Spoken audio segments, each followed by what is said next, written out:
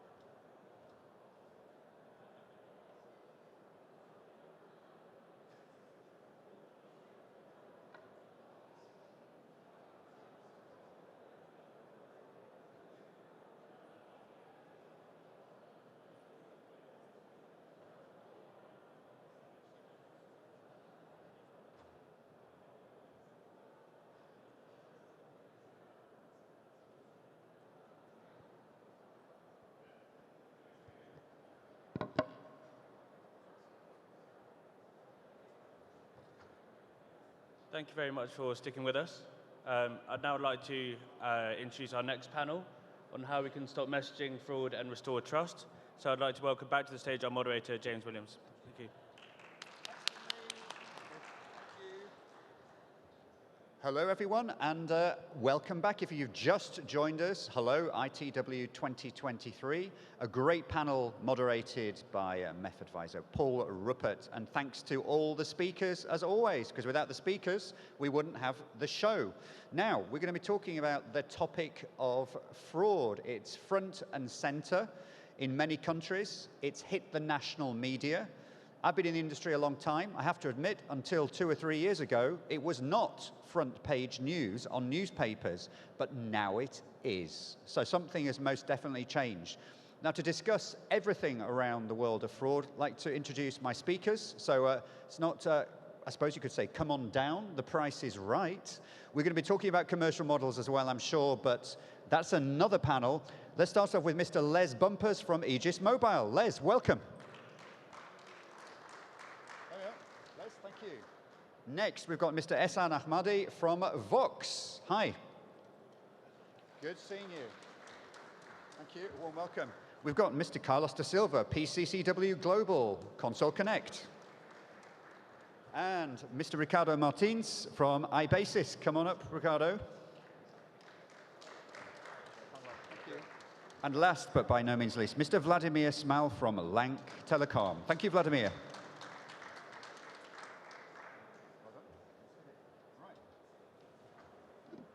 Okay, wow, this is a very, very soft chair. James, you didn't warn me about that. I'm literally disappearing into it. But anyway, hello everyone and hello audience. Great that you could be with us.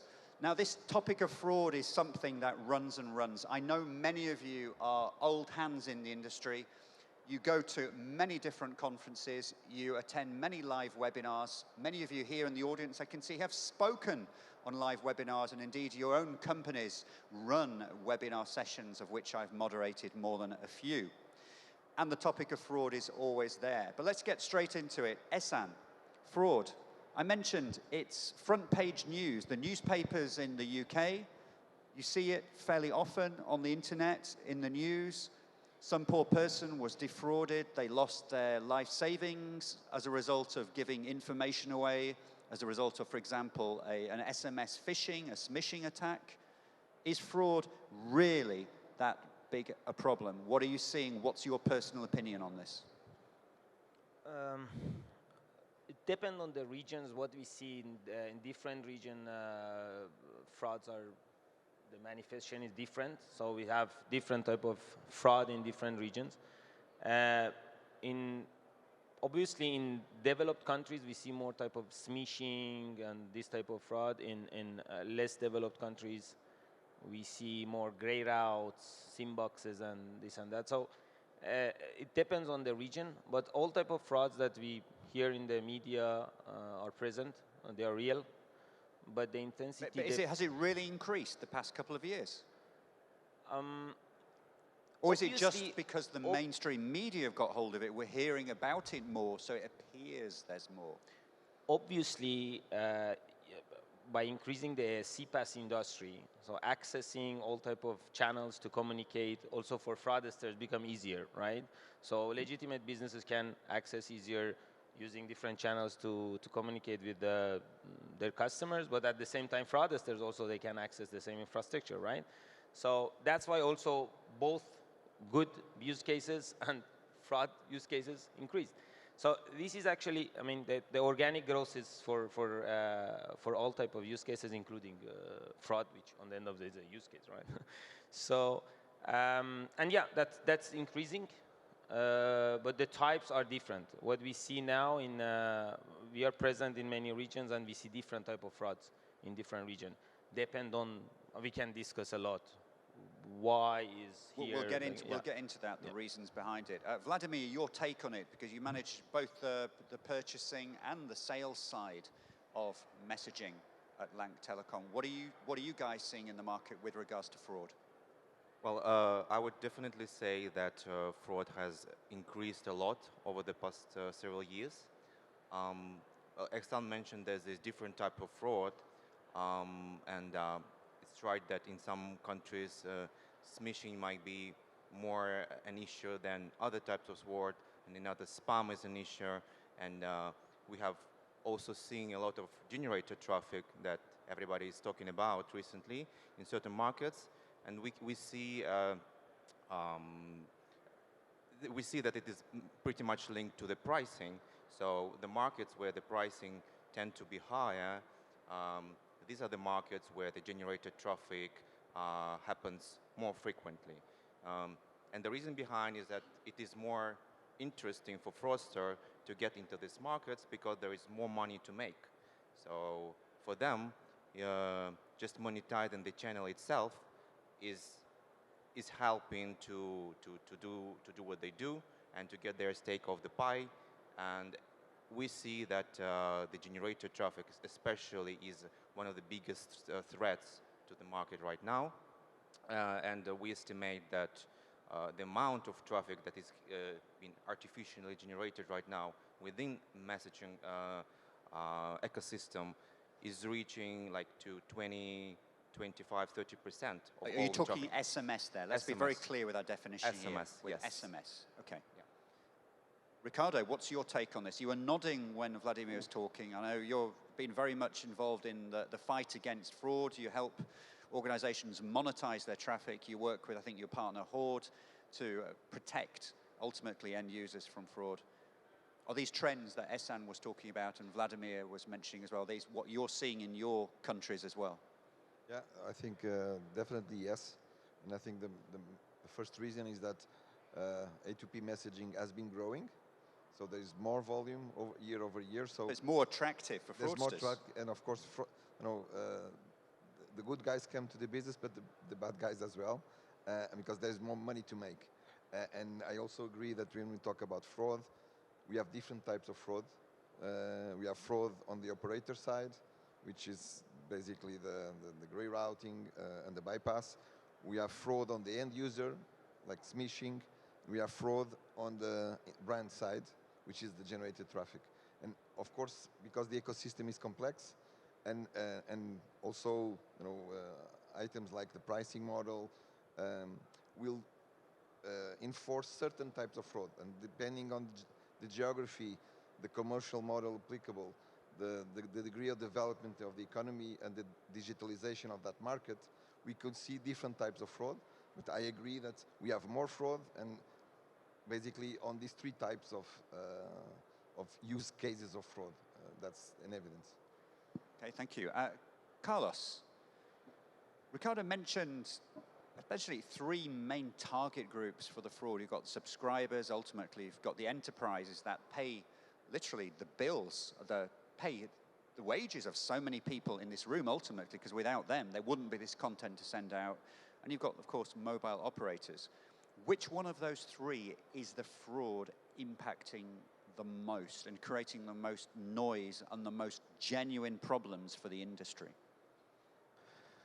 Yeah, I think that as an industry, the first thing we need to do is to increase the value of and the benefit of the common good, and that is to protect the retail users. So that is the greatest benefit, and that's needs to be our first focus. But that's if we look at the greatest of the common good. The second objective should be to look at it from an economic point. And from an economic standpoint, as you said, we need to look at who's paying the bills. And there is only one common company here paying the bills, or type of companies, is those that send the SMS. It's not the operators, it's not the transit aggregators, it's not the users. There is only one company sending the bills, is the sender company. So the brands, we refer them to brands, whether it's a Google, United Airlines, etc. And for them, what is the biggest threat? It is not smishing. Smishing is an inconvenience to their end users that might drive their end users to say, I have enough, I don't want SMS anymore as a channel. And that is a strong inconvenience for these brands, because they like the value that SMS brings to their consumer engagement. But the biggest threat for these brands is when the fraud is directed directly at them. And there is only one type of fraud that's directed directly at them, is artificial traffic. So for me, the only fraud or the main fraud that should have the main focus is artificial traffic. If tomorrow we stop smishing, we stop all the types of user fraud overnight, but artificial traffic keeps increasing, it is still a lethal threat to the industry, because the ones that make the decision to send the SMS in the first place are the brands, and they're suffering from artificial traffic. Okay, thank you. Now, Les, you work with Aegis Mobile. Aegis, a US-based company. You've got a very strong position here. You're in Australia, looking at other countries and other markets to expand into, and you work very closely on the 10-digit long code side of things and the messaging side. With all this talk, I know business messaging as a whole, we're talking about messaging fraud as a whole, so not just SMS. What we've been talking about so far has been SMS, but there's fraud on all the other channels, and we'll be getting to those, I'm sure, during this discussion. But there's so many people who say, you shouldn't be using SMS for two-factor authentication. You shouldn't be using it. What are you seeing in terms of the amount of volumes that you guys at Aegis Mobile and the number of verifications you're having to do with companies who are using SMS? Is SMS under pressure from other channels because of this fraud issue here? Or in the US? And so essentially, your business, it's strong with US demand. That's right. No, I don't believe SMS is under any pressure at all. And the fraud is very prevalent. As you know, we've been in the brand protection and compliance industry since 2007. So we've been doing this stuff through PSMS and all. And with the advent of technology and the economics of the things, it's only increasing. The barrier to entry just keeps dropping.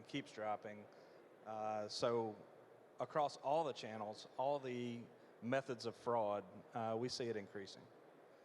It's just getting worse. So. And this is in the US, and if you look at the commercial model of SMS we're talking about now in the US, it's reasonably priced, shall we say, compared to some other countries or other operators. But you're still seeing that and feeling that here in the US. Yeah, so the way that you combat that is to add friction to the process, and sometimes that's with cost, sometimes that's with steps that you have to go through to get on the platform. So it's friction. You got to make it painful somewhere. Well, we'll get into that and regulation. Well, go on, Ehsan. Les brought it up. Friction, regulation. Regulation should ultimately be there to protect the end user. But from your perspective, and you're dealing with mobile operators, I'm sure you've touched regulators around the world as well. Do they understand this business messaging market? Do they understand the threats? And have some perhaps reacted too quickly and too strongly to what's going on in the world of messaging? As everyone knows, A2P SMS is not regulated in most of the countries. So you can imagine knowledge of regulators, most of them that we met so far, and we interact with them. In some cases, our solution should be compliant with the regulations as well. Their knowledge about SMS A2P is much limited than P2P. So mainly for most of them, SMS is SMS. So you can now imagine what is their extent of knowledge about other type of challenges that we have, like fraud, I don't know, artificial traffic, this and that. Some of them still struggling to understand what is A2P, exactly, and what are the type of use cases of A2P. Unfortunately, most of the regulators are very limited when it comes to SMS A2P and all type of new challenges and evolutions that we are facing. And I think everyone knows that this is not a secret. Vladimir, from your perspective, those places where regulation has come in, so you look within the European Union, the EU, you've got GDPR, you've got the protection of personal information, the POPI in South Africa, so many other countries around the world, you've got these acts, essentially, this regulation coming in designed to protect the end users. Is that impacting your business? Because literally you're finding people are saying, no, we can't do this, we can't share this information, we can't do that, when actually you can do within the regulation. What's your take on it? Well, I think the regulation itself, it could be good and bad. So, like, it's good to have certain rules for the game on how do we deal with traffic, what happens if fraud case scenario occurs, etc., etc. But to make A2P business much regulated would be killing the market, in my opinion. I think for the enterprises, obviously, the simpler the process is for them to start sending SMS, the more chances they would use and keep on using SMS as a channel. So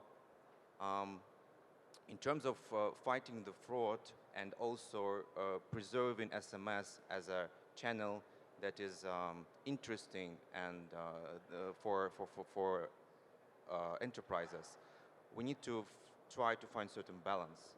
I mean, it cannot be highly regulated, otherwise it will be losing to other channels. And it's already losing. What we see is that in terms of pricing, SMS has become more expensive and less attractive to big brands, and they're already raising the question on how are they going to do two-factor authentication for their customers, how are they going to do marketing. So like it's really hard right now to do budgeting for enterprises for a year because the prices change a lot. We cannot say, okay, let's agree and let's encourage regulators to kick in to fight the fraud. But from other perspective, of course, we cannot neglect the things that are important, like GDPR, etc. So I think the key is a certain balance. And Ehsan just mentioned that regulators, in many cases, do not understand what A2P is. So there is an educational part to be educational part in this question. So we need to talk and explain the regulator what it is and what we want to them and how do we want to make SMS channel viable on the long term. Thank you. So, Ricardo, for years, and I mean years, we've been talking about the first step every single mobile network operator around the world needs to do is to get an SMS firewall. But of course, an SMS firewall is just technology. You need the managed service on top of that from companies. We've got 4 out of 5 of you companies can provide exactly that. And you're involved in that. And many people I see in the audience work in companies that can provide those. Why is it that we still have so many mobile network operators around the world that do not even have a good SMS firewall in place with a managed service? What is it you think holding these operators back? Because that's just the most basic thing, surely. And during these panel discussions, we shouldn't have to be asking that question, but I find myself having to, and here I am. No, it's a very interesting question. I think the main point is there's a difference between installing an SMS firewall and having a monetization strategy. And I think what the operator needs is to have a monetization strategy so that he could put in place the protection on the network, but then manage it properly and have a pricing strategy aligned with that growth on the long term of the channel. And you know, the deployment of this first element, which is the SMS firewall, sometimes also faces resistance from the technical teams, because traditionally an element on the network it was a technical decision, and because now A2P is a monetizable channel, the driver of the decision comes from the commercial, so there's a bit of clash. That's a really, really good point. It used to be a technical sale, but a few years ago people realized it's not that audience you're selling it to, and the technical teams therefore can feel shut out of that decision making, and therefore you get that resistance. That's the first roadblock. The second is there's still the perception that once the firewall is installed, I'm protected, and that's not correct. So because it's a 24/7, the importance of managed services, proper testing, it's really critical to keep the firewall efficient, and to keep the streams of bypass away. And the last point is then in terms of the pricing strategy, because what we see in a lot of markets is that then the operators think that because the network is protected, they can raise the price. And they raise it once, and they raise it twice, and it's as the short-term effect that the volume is there because the network is protected. But then we have this evolution of alternative channels. So I think together with the protection of the network with the correct technical tools and with the correct support services, it's also very important the element of awareness and education of the commercial perception that the MNOs have to have. And that's for us is the full package of a successful monetization strategy. But Carlos, coming to you, how can you go about doing exactly what Ricardo was saying with a mobile operator? So we know what happened during COVID. People couldn't travel. Therefore, roaming revenues were impacted. And as a result, many operators looked for something else to fill that gap. And it just so happened that A2P SMS was a really easy thing to fill that gap. So you increase the price, something really easy to fill that gap. But that's a very, very short-term reaction. And ultimately, you can be undoing some fantastic work over the years. how do you go about within your business really trying to educate these operators and just make them listen and understand this is something long term, and we need this stability in commercial models to make SMS, and actually it's not just SMS, it's voice, it's chat apps with WhatsApp. You need stable commercial models to make anything a success. How do you go about doing that though? It's two things. It's education and trust. And I'll start with trust. It's a business where it's very easy to go over the line and get a greater benefit. And sometimes it's very tempting to get the sugar high of increasing the price or using a gray route or making the quarter, even your numbers in the quarter, making your numbers in the year, and think that next year will be somebody else's problem or a different problem. We'll deal with it when we get there. So it is important to be trusted by the MNO of being on their side, trying to help them, trying to be there on the long run, trying to be a partner. We like to say at PCW Global, SMS for the MNO is just a piece of our revenue. We are there to do business with the MNO much long term in many other kind of products, so we'll not jeopardize the relationships we have with the MNO just for a short benefit on SMS. So it's really a business of trust, because gaining money on shady ways, it's so easy in SMS that trust is the first element. And also education. And again, trust is also important there, because when you educate the MNO, there's a lot of things they don't know, and they need to trust it. And they hear a lot of different noises coming from the industry, which are conflicting versions of what's going on, so they need to trust them. So on the trust, you mentioned the regulator, for instance, which is another aspect. The regulator is also not very, as I said, is not very educated themselves on what's going on. And there's conflicting rules, like there are basic rules that say privacy is the key thing for the end user, so the MNO is not authorized to look into the content because it's private. But they're also focused in protecting the end user, so say you need to block smishing. So you need to block malicious SMSs that are going to defraud the end users. But how do you block the SMSs if you cannot look inside the SMS that the malicious URL is there? So this work of educating even the regulator, educating the MNO, educating that there's technical solutions that they can enable to protect the end user while complying with the intent of the law as far as regulation, privacy, and things like that. You need to be trusted on that, because the regulators, the MNO might feel scared, and so I'd rather do nothing. If I do nothing, nobody will blame me. At least I didn't do anything wrong. So that's education and trust. And to your point on, to Ricardo's point on pricing, right now there is, you don't do anything, you price low or reasonably, or you price high. There is no sense of elasticity pricing. There is brands that if you price too high, they will go away, simply. So you can get a sugar high of traffic for a few quarters or maybe a year or two, and then you lose it all. And it might be okay for the teams that are looking at their quarter target. It's certainly not okay for the CEO that's looking at a long-term valorization, because they don't have that many other products that are going to compensate for this loss of margin. SMS is all margin for MNOs. So we need to tell them it's not about raise the price or don't change the price, is look at elasticity pricing. Try to be smarter with firewalls, for instance. You know what brands are sending what. You can provide different pricing to different types of SMS. Sometimes the regulation does not allow it, sometimes it does. So it's helping the MNO in quite of a complex world, which is technical, regulatory, and commercial, and be trusted to do that. Fantastic. Now, Carlos used the word trust. Trust gets thrown around left, right, and center so often.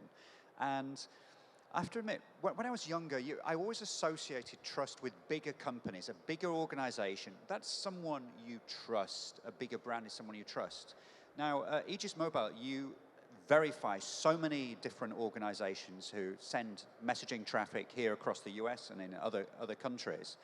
And you've built up a supremely trusted position over the past 15 years plus. How have you gone about doing that, building those trusted relationships? You're hooked in to so many great things, there's so many great operators here in the US in particular, and actually your organization isn't huge. So how have you gone about doing that? Well, if you think about trust, you got competence, character, and consistency. And that's how you build trust. Competence, can you do the job, right? So that takes some proving. character is, you know, are you willing to do the right things when nobody else is, or are you willing to abide the wrong things? You know, so Because are doing you the right things can cost. This It is can. This It is can. Yes, it can. So competence, that's competence and character, and then consistency. So, you know, are you doing the right things over the long run? Are you, you know, consistent, intentionally consistent, even when it may cost you, like you said? So that's what we try to focus on as our, you know, values as a company. That's what we try to insist on the companies that we vet and verify and identity check. So it's character, competence, and consistency. I do like that. I've never actually heard that before. So that's really, really good. Now, Ehsan, let's continue this whole thing of trust. SMS has built up an amazing trusted position in the world of two-factor authentication over the years, but there are other well-known channels available for authentication. Well, well-known channels to people here on this panel and in the audience, but not so much to the outside world. Can you just tell us a little bit about what else is going on in the world of authentication? So what other channels are being used heavily for authentication now, and what you're seeing?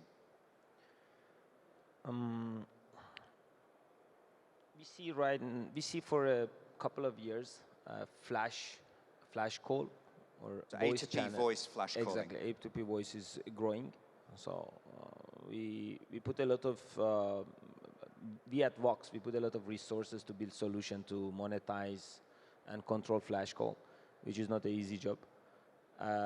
And we see right now it's almost present everywhere. So we tested, I think, more than 25, 26 territories and different type of different pricing point, pricing level of SMS A2P. I mean, in countries like Mexico, which SMS is not very expensive, it's like 2-3 cents, if I'm not mistaken. Flash is there as well. In Peru is there. In Romania, 2 cents is the SMS A2P. We see Flash. So most probably, it's a matter of cost reduction. Even 2 cents for some brands is, if the technology is there and they can access it to make the authentication and reducing 2 cents, why not? And at the same time, in some cases, some brands claim that they have a better user experience, is passwordless, I don't know, silence authentication, especially in some applications working very smoothly. And some brands like it just also because of user experience. So we see Flash a lot. Now we also see P2A. Initially it was for iMessage, for registration of iMessage for many years, but it was only mainly Apple using that for authentication. But now many other brands started also to get inspired by Apple and using P2A for authentication. Again, maybe one of the drivers is price of SMS A2P going up, or OTP. It's motivated brands to start to look at other alternatives. But what we see mainly is around operator channels. Not, I don't know, we don't see big time other channels to fly. Most of the authentication is still done through operator channels, whether it's P2A, SMS, or Flash, or whatever. Yeah. Vladimir, some mobile operators have been very, very open with their attitude to A2P voice flash calling. I saw KPN, I'm going to quote them because they were on LinkedIn, they were very openly saying that they view A2P flash as a fraud and they're blocking all A2P flash in their network. What's your take on it? Because certainly within MEF, our members of the Fraud and Revenue Assurance Group, you're one of them, Ehsan is another, Ricardo's there, Carlos is there as well, put together a really nice educational document about A2P voice flash. What's your take on A2P voice flash as a channel? Can it be legitimate or is it all fraudulent? What do you think?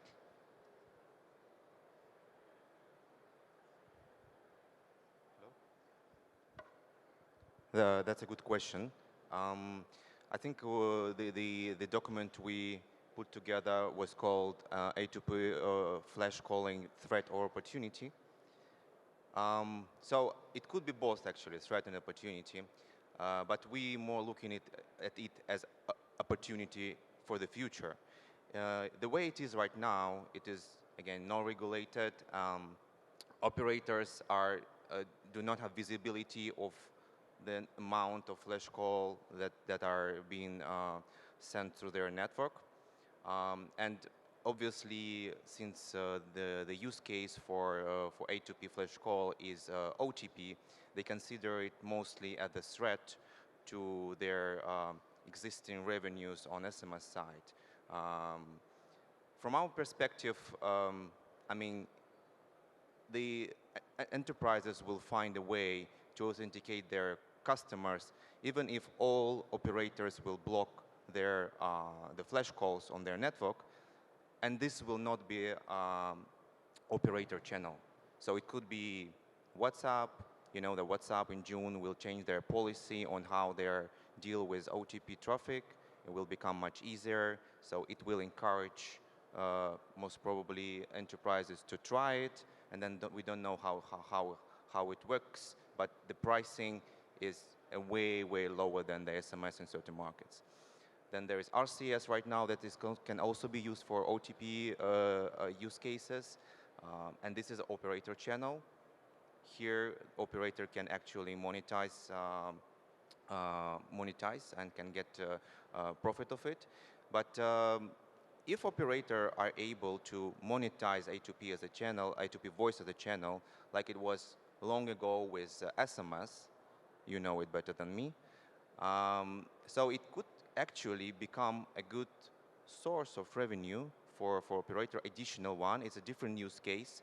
I think we discussed already that the user experience of flash call is different from SMS, especially it depends a lot on the device, whether it is iPhone or Android. There's different, UX and different conversion rate, etc., etc. So potentially, because A2P flash call is actually used in the operator channel, it could be a source of additional revenue for operator, and they could, make use of it. But there is a lot of things to be done in order for this to work, and there is a lot of challenges, such as the A numbers they use for the flash calls, because I mean, in many countries, it is the voice business is more regulated than SMS, obviously. So you cannot use like a random A number to for flash calls, because it will be waiving existing regulation. So there is a lot of challenges there. Fantastic. But potentially, that could be a good opportunity. Thank you. And Ricardo, your take on it. So A2P voice flash calling, I know we've had a panel before. It was, I think, a year ago in Amsterdam. We're talking about commercial models and pricing. A2P voice flash came up as well. But surely the way to eliminate all these issues is for somebody just to say, come out, this is our commercial model. A2P voice flash is the same price as A2P SMS, and then it's up to you what you choose. Yeah. Has anybody actually done that? Is anyone doing that? Because there are all these discussions where A2P voice flash is always set at a lower commercial model, a cheaper price from SMS, but why not just make it parity and then you eliminate all these issues?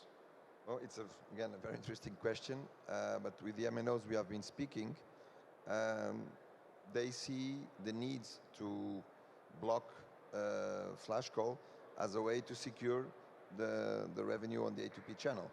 And we can speak about user experience and this angle and that angle, but in 99% of the cases, flash call is used because it's free. And it's a bypass on the A2P channel that has been in certain markets overpriced. So the main trigger to use and develop flash call as a way to authenticate has been price. Right? It might be that in an equal circumstance where both are monetized, there might be certain use cases where the experience is better, but to say that flash call is driven by user experience is not, in our view, correct. It's driven by So most of the discussions you are having with operators as iBasis, you're hearing from these operators that they're wanting a solution which allows them to efficiently block all flash calling. Yes, let's say that there's also a point of view of the voice ecosystem, where the flash call is terminated transited through carriers like iBasis to the MNOs at with increasing the uses of the network, creating congestion. So we have a lot of tickets from our MNOs that they want certain streams to be blocked because they are affecting the network. But again, coming back to your question, up to our experience, the main concern is to find a way to protect the revenues of the A2P channel, because we didn't face yet someone that could say, no, we will price flash call at half of the A2P messaging. Because if it's the same price, then why? So that's a bit our experience. It doesn't mean that it's not going to evolve. The challenge up to now has been, the detection and the capability to block, because it's not easy. So if you do it in a very simplistic way, then it's easy to detect. But as soon as you apply the first layer of blocking, it becomes more intelligent. So it's not an easy challenge, and that's why we, at the same time, and the continuous movement of increasing the prices on the A2P channel. We're going to be covering that very soon in our next session run by Nasir, looking at commercial models. So all this will come up. Now, thank you. So, Carlos, Vladimir raised the issue that you've got WhatsApp, and with their commercial model change and everything that potentially could become practically overnight far more attractive for the delivery of two-factor authentications. There's a lot of discussion as well with RCS Business Messaging, RBM, that from a single message perspective, that could be used, and indeed should be used, arguably, over SMS, because potentially there's less opportunity for phishing type attacks using RCS. What's your take on this and PCW's view on the market? Let's say in the next year or two, do you really think that the likes of WhatsApp and potentially also RBM will take a good amount of the SMS business from the 2FA market? So just before I answer that, something on flash call, which I think it's a bit of a distraction and noise in the industry. We don't see that much traffic ourselves on flash call. Not that they do not exist, but we equally see brands using email to send one-time passwords. We see brands using Google Authenticator, etc. So there is a lot of solutions that are noise, and flash call is one of them, and a bit of a distraction on much bigger problems. Going back to your question of WhatsApp, so it's all, again, economics. WhatsApp is offering to get a one-time password at a cheaper price than SMS in countries where the SMS termination is very high. But that raises a question. WhatsApp is one solution. A brand will look at, if I'm ready to not use SMS and use WhatsApp, they should also ask what are the other options, because WhatsApp is one of them. And I'll talk after on the other options. But WhatsApp has a big disadvantage, I think, is that WhatsApp is the meta group. And a lot of the brands that are using one-time password internationally, which is where the price is high, it's not a domestic problem. A lot of these brands that use one-time password internationally are, in a lot of them, competing with Meta, competing with WhatsApp, right? Viber is a chat app. And will they tell their customers to go to WhatsApp to get the one-time password to turn on Viber? I don't think so. What will WhatsApp say? By the way, why are you using Viber? Use WhatsApp. Other apps that might have nothing to do and not competing with Meta, if you have a bank or anything, do they want to have all their customers go to Meta and know that they're connecting and using? And this is my, because in the content of the message you say, this is Bank of America one-time password, and you have the telephone number of the customer. It's a lot of sensitive information that I don't see brands running to use another party like Meta as a channel versus SMS, which is relatively neutral. It's just something that goes through a lot of different MNOs around the world. So it might happen, but again, is it something that's going to explode, or is it just noise? I would tend to say it's noise. Okay. And comparing to other solutions that are potentially not noise, I would say Passkey. Because Passkey just launched, some of you just seen Google announcing Passkey. Passkey is free, so if you consider WhatsApp because it's cheaper than SMS, then look at solutions that are even cheaper than WhatsApp, cannot be free. And it's a standard, so it's not you don't rely on something. So I think the industry needs to look at everything in a context. And Les, believe it or not, we're coming up to the end of the panel now. Just leave a couple of minutes for any questions out there from the audience. I'm going to leave it to you to close this panel off. How, on a rating of 1 to 10, 1 is absolutely terrible, 10 is absolutely amazing, kick back, grab a cocktail, we don't need to do anything.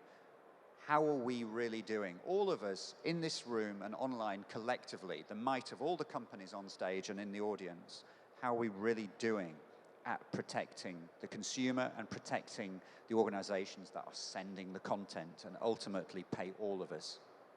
1 to 10, what would you give? So is this because we're a rating type company that Yes. you're asking me this question? It could be 1 to 10, it could be 100, it could be low, medium, high. You can do anything for your customers, I know. Sure. So, you know, I think the correct answer is we could always do better. But don't, come on, I don't want people to sit on the fence here. Out of 10, what would you say? You're going to make me give you a number? Yeah, I am. So let's go with a 7. 7's Okay. good. I like 7. I like 7. 7's good. Okay, so, but yeah, we could always do better, and it doesn't, you know, doesn't matter what channel, it doesn't matter what method. You always need to know who you're dealing with, who you're talking to, who you're communicating with. So there's absolutely the need for the KYC. There's, you know, the KYB, KYP, KY whatever, right? So you absolutely have to have that in every channel, in every communication. It's not like sitting here, I know you're James because I can see you. You got to have that, and you got to keep that, and it's got to be consistent, and it's got to be recurring, right? So it's not just enough to do it one time. You need to do it consistently. I love it. I use that consistency word loads myself. Ricardo, like you said, no point just getting the firewall and thinking, oh, I've ticked that box, great. You've got to keep up with that.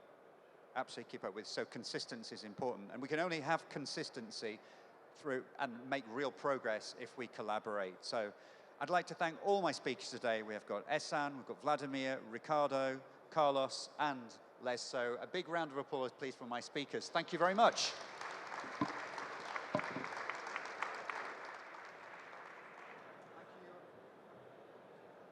I'm going to say thank you, audience. We've got Finley come on to do the transition to the next panel. Thank you.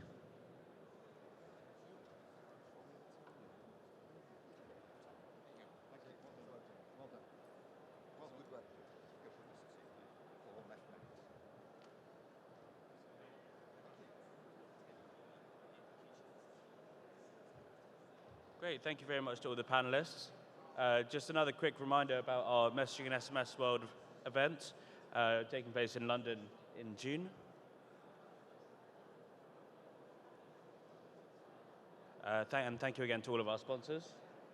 And now we'll move on to the next panel. So I would like to introduce Nassia to the stage, our moderator, and then also the rest of the panelists. Thank you.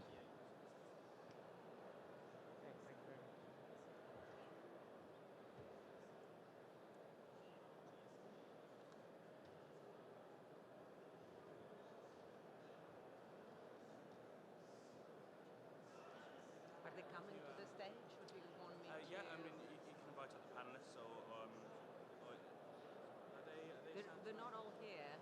Okay, I'll chase them out. Chuck, we're missing one. Gentlemen?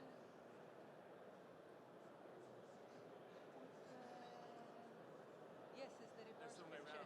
Yes, yes. I think we probably need to give a couple minutes because people had not yet... And then I'll just get them up here to sit down. We're just waiting on one more speaker, so if you wouldn't mind waiting a couple minutes, and we'll be up and running very soon.